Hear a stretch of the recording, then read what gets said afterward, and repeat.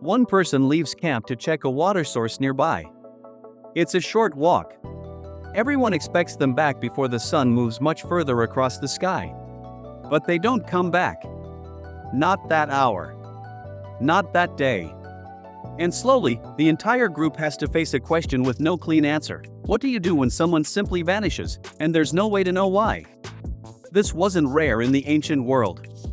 It happened constantly, and the way early humans responded to it may have shaped some of the deepest instincts we still carry today. Start with the obvious problem. Early humans had no phones, no search parties with radios, no way to broadcast a description across a wide area.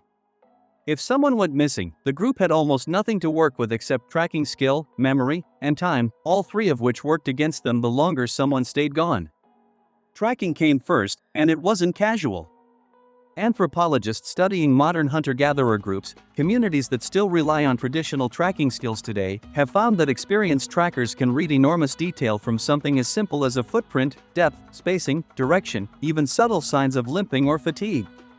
Early humans almost certainly relied on this same skill when someone went missing, following footprints, broken branches, disturbed leaves, anything that hinted at a direction or a struggle.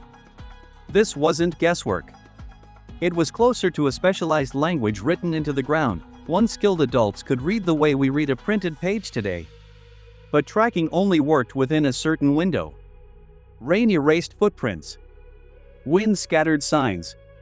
And the truth is, the ancient world was full of ways for a person to disappear permanently: a fall into a ravine, a river current, a predator attack that left almost nothing behind. Which meant every search eventually reached the same painful moment, deciding when to stop looking. This is where something interesting shows up in the archaeological and anthropological record. Groups didn't stop looking arbitrarily.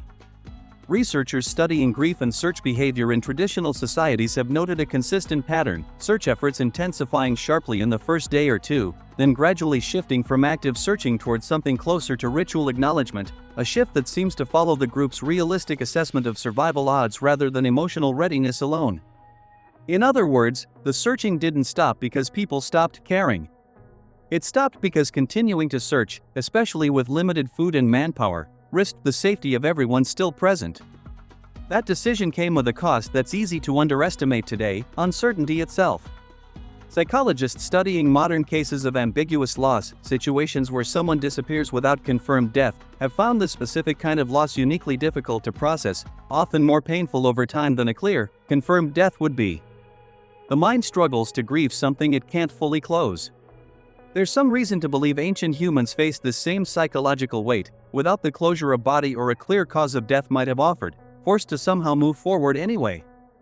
And move forward they did, often through ritual. Anthropologists have documented something echoed across many small-scale societies worldwide: symbolic ceremonies performed even without a physical body present, essentially formal acknowledgement that someone was gone, whether or not the exact fate was ever confirmed. Some researchers argue this served an important social function beyond emotional comfort. It allowed the group to formally close the uncertainty, redistribute the missing person's role, tools, or responsibilities, and move the community forward without the ongoing disruption an unresolved disappearance could otherwise cause. There's a darker layer to this story too, one worth being honest about. Not every disappearance was accidental. Skeletal evidence from various prehistoric sites shows signs consistent with interpersonal violence, and anthropologists studying conflict in early human groups note that sudden disappearance sometimes meant exactly what it still can mean today: a person deliberately harmed, occasionally by someone within their own community.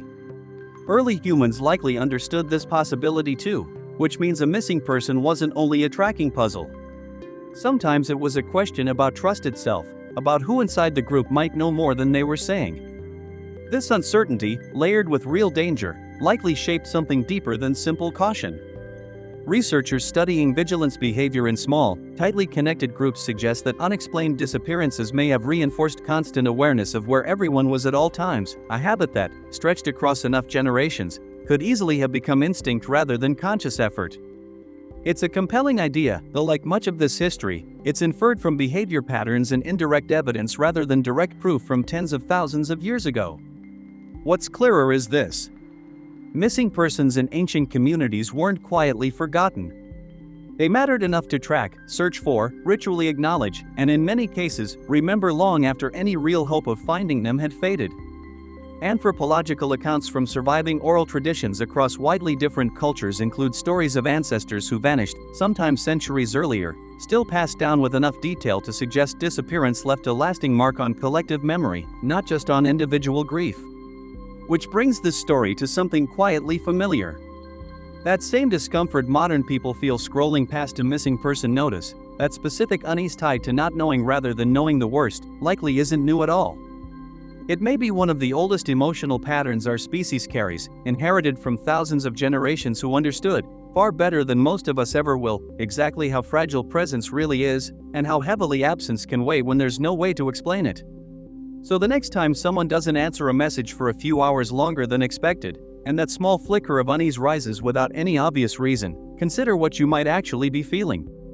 Not modern anxiety. Something ancient, still running quietly in the background, still doing the job it's always done, treating a person's absence as something worth noticing, worth worrying about, and worth remembering.